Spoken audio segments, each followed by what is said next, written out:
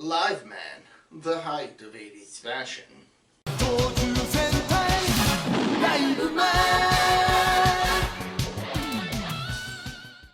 Protect the precious life. Choujuu Sentai Liveman. Hello and welcome to Alien ProtoMet.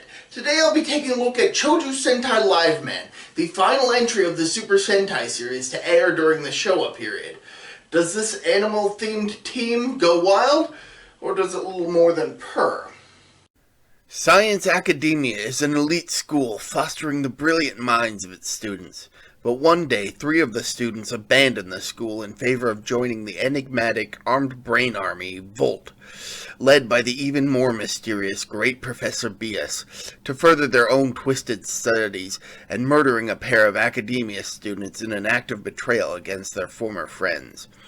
2 years later, Volt launches an attack on Science Academia, destroying the school. But emerging from the rubble, the 3 betrayed friends join forces to battle against Volt and protect the precious life of planet Earth as Choujuu Sentai Liveman. Despite having an animal theme, the show isn't about animals. At least not any more than most other Super Sentai seasons. As a result, the plot doesn't do a whole lot to stand out. It's more about the characters, though. The Liveman team consists of Yusuke Amamiya, who becomes the bird-themed Red Falcon, Joe Ohara, who transforms into the feline-themed Yellow Lion, and Megumi Misaki, who changes into the porpoise-themed Blue Dolphin, the very first female Blue Ranger.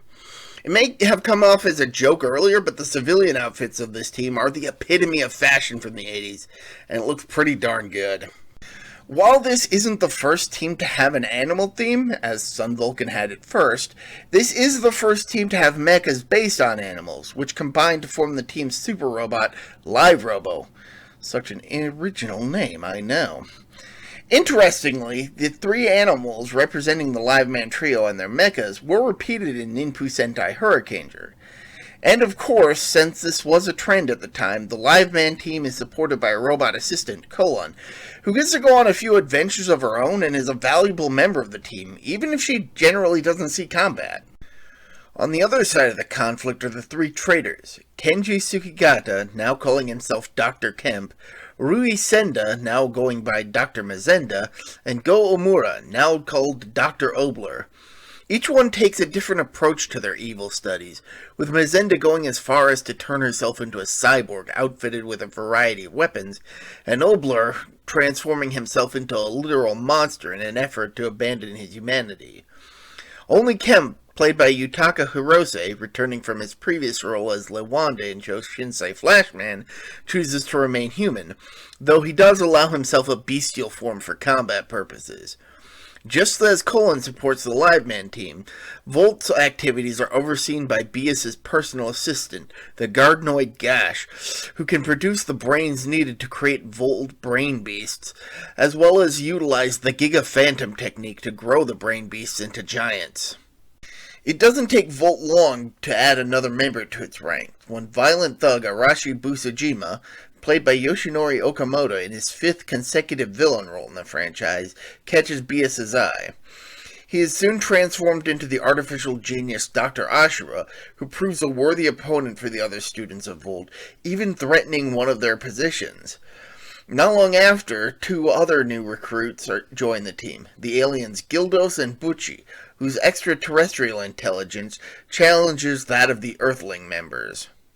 Thankfully for the heroes, they're soon joined by the very first permanent extra rangers in Super Sentai history, Tetsuya Yano, Black Bison, and Junichi Aikawa, Green Sai.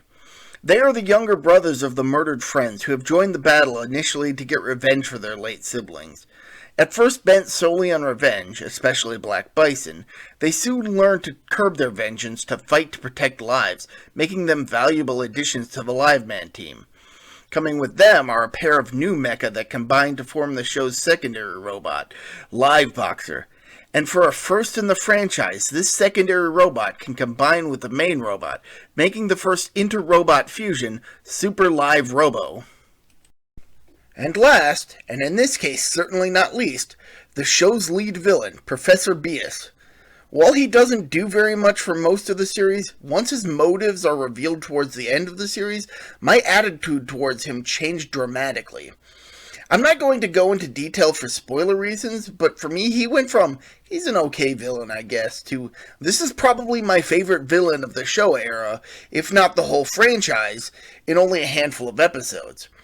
Bias is expertly played by Joji Nakata, who had previously shown his chops playing Sir Cowler in, once again, Choujuu Sentai Flashman, and is currently voicing Bokawas in Kikai Sentai Zenkaiger, and he kills it as a quietly menacing villain here. Unfortunately, despite having a lot of pretty good characters, when it comes to the week-to-week episodes, they don't hold much water. The episodes that focus on actually developing the characters are pretty good, but if no one's getting any development, then the episode isn't really worth watching. And most of the episodes feel unimportant, even ones that are multi-parters. They end up blending together with other episodes from other seasons from the Showa period, and the monster designs are pretty forgettable.